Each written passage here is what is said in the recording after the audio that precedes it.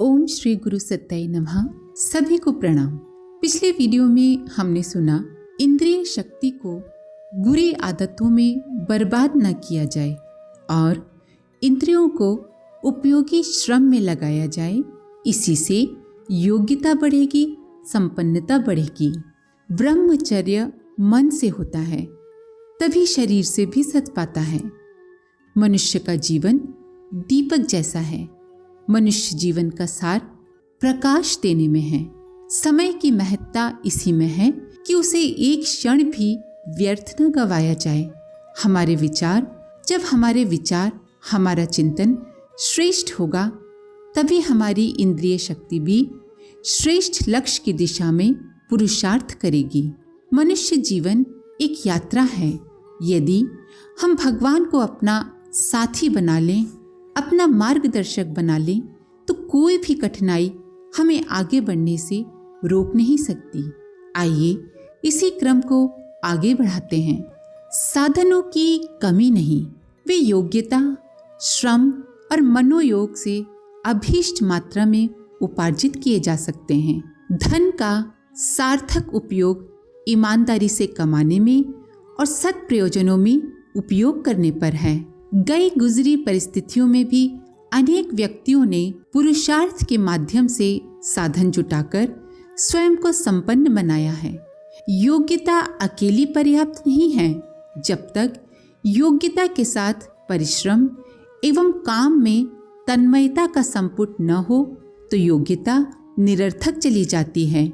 एक बार संपदा कमा लेने पर यदि उसका सदुपयोग न किया जाए तो वो व्यर्थ चली जाती है। धन कमाना ही महत्वपूर्ण नहीं है, बल्कि ये भी महत्वपूर्ण है कि कमाए हुए धन का उपयोग कैसे किया जा रहा है। राजकुमार पद्म महामंत्री मार्तंड के संरक्षण में व्यवहारिक प्रशिक्षण प्राप्त कर रहे थे। उन्हें साधनों और विभूतियों का महत्व समझाते हुए महामंत्री ने एक उदाहरण रखा। 2 युवकों नकुल और प्रदीप को व्यवसाय करने के लिए अनुमति और साधन दिए गए। नकुल को नगर के बीच में तमाम अचल संपदा तथा लागत के लिए प्रचुर धनराशि दी गई। प्रदीप को भी अनुमति के साथ थोड़ा सा धन देकर विदा किया गया। 1 साल बाद उन्हें उपस्थित होने के लिए कहा गया। निर्धारित समय पूरा होने पर नकुल फटे हलाया बतलाया, धन समाप्त हो गया, अचल संपत्ति बिक गई और वे श्रेष्ठी प्रदीप के दिनों को राहत कार्यक्रम के आधार पर गुजारा चला रहे हैं। श्रेष्ठी प्रदीप और कोई नहीं, सामान्य धन लेकर व्यवसाय प्रारंभ करने वाला युवक प्रदीप था। स्वामी श्रद्धानंद ने अपना घर बेचकर उस पैसे से हरिद्वार के पास कांगड़ी गांव में 10 विद्यार्थियों को लेकर एक गुरुकुल चलाया। अध्यापक, पालक, संचालक वे स्वयं ही थे। जिस तत्परता से वो बच्चों को पढ़ाया करते थे, विद्यालय चलाया करते थे, उसने देखने वालों के मन जीत लिए। ख्याति के साथ साथ छात्रों की संख्या तथा उदारजनों की सहायता बढ़ती चली गई। एक एक करके धीरे धीरे गुरुकुल विकसित होता गया। स्वामी जी के जीवन काल में ही ये संस्था उन्नति के चरम लक्ष्य तक पहुंची। आज उसे विश्वविद्यालय का दर्जा प्राप्त है। एक लड़का बिना किसी से सहायता मांगे, अति निर्धन होते हुए भी फीस अपने पास से जमा करता और किताबें भी स्वयं खरीदता। उससे जलने वालों ने उस पर लांछन लगाया कि ये पैसा कहीं से चुराता है। प्रधान अध्यापक ने जांच की तो मालूम हुआ कि वो स्कूल से बचे समय में एक माली के यहाँ सिंचाई का काम करता है और उससे कुछ कमा लेता है। फीस माफ क्यों नहीं करा लेते? प्रधान अध्यापक ने पूछा। इस प्रश्न का उसने उत्तर दिया, समर्थ होते हुए भी मैं अपनी गणना असमर्थों में क्यों कराऊं? ये सिद्धांत निष्ठ पुरुषार्थी लड़का सदानंद चट्टोपाध्याय 20 वर्ष बाद बंगाल के उसी शिक्षा संगठन के डायरेक्टर बनाए गए। एक देहाती लड़का कलकत्ता में नौकरी के लिए गया। बहुत खोज के बाद एक सेठ के यहाँ 4 घंटे नित्य अखबार और पुस्तकें सुनाने की 6 आने रोज की नौकरी करने लगा। एक दिन सेठ के 800 रुपए के नोट कूड़े में पड़े रह गए। लड़के ने उन्हें देख लिया और सही मालिक तक पहुंचाने की दृष्टि से कूड़े से ढक दिया। दूसरे दिन रुपयों की खोजबीन हुई। चपरासी पर सबका शक था। लड़के ने आते ही कूड़े के ढेर से वो रुपए लाकर दे दिए। इस ईमानदारी से सभी को बड़ी प्रसन्नता हुई। सेठ की आंखों में उसकी इज्जत बढ़ी। सेठ ने उसके आगे की पढ़ाई का प्रबंध करवा दिया। यही लड़का आगे चलकर प्रसिद्ध साहित्यकार राम नरेश त्रिपाठी हुए। विष्णु पुलस्कर जी का संगीत कार्यक्रम 3 घंटे का होना था, पर टिकट 5 ही बिके। प्रश्न ये उठ रहा था कि अब ये 5 टिकट भी लौटा दिए जाएं, पर पुलस्कर जी ने 5 श्रोताओं के सामने अपने 3 घंटे का पूरा कार्यक्रम चलाया। इस ईमानदारी और कलाकारिता पर सुनने वाले मुग्ध हो गए। उन्होंने दूसरे दिन सभी जगह गायन की भूरी भूरी प्रशंसा की तो रात्रि को हजारों श्रोता उपस्थित हो गए। साधन जुटाना जितना जरूरी है उससे कहीं अधिक महत्वपूर्ण है उस कार्य के साथ जुड़ी ईमानदारी, नीति निष्ठा। डॉक्टर माम उस पुरुषार्थी का नाम है जिसने अपने बलबूते लेखक बनने का प्रयत्न किया और उसमें पूरी तरह सफल हुए। उनकी एक पुस्तक की ही प्रतियां करोड़ों में बिक चुकी हैं। इसी से अनुमान लगाया जा सकता है कि उनकी लगभग 50 पुस्तकों से कितनी आय हुई होगी। ये सारा पैसा उन्होंने लेखन कला सिखाने का विद्यालय चलाने और निर्धनों की सहायता करने के लिए दान कर दिया। यूं तो उनकी पुत्री ने अपना हक सिद्ध करने के लिए मुकदमा भी चलाया था कि ये सारा पैसा उत्तराधिकारी के नाते उसे मिलना चाहिए। पिता के स्वर्गवास हो जाने पर 10 और 12 वर्ष के 2 बच्चे अपना गांव छोड़कर आजीविका की तलाश में चल पड़े। रतलाम में एक जगह कुछ कमाई करके वे बम्बई की ओर चल दिए। वहां फुटपाथ पर सस्ती किताबें बेचने लगे। ये धंधा उन्हें पसंद आया। फेरी लगाकर धार्मिक पुस्तकें बेचने लगे।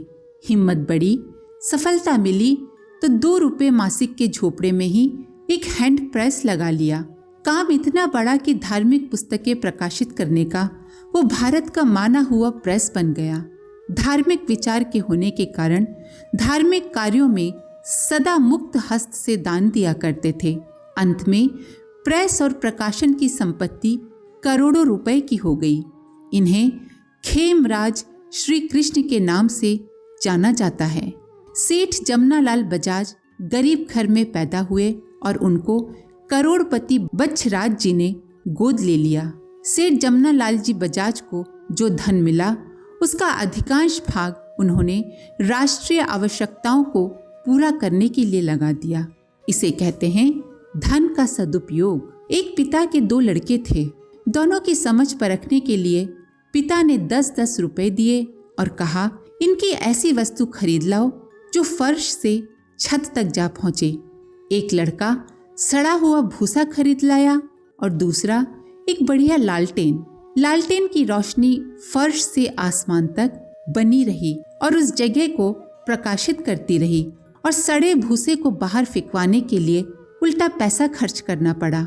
ईश्वर की दी हुई जीवन संपदा के बदले में हम क्या खरीदते हैं, ये हमारी बुद्धिमानी या फिर हमारी मूर्खता पर निर्भर है।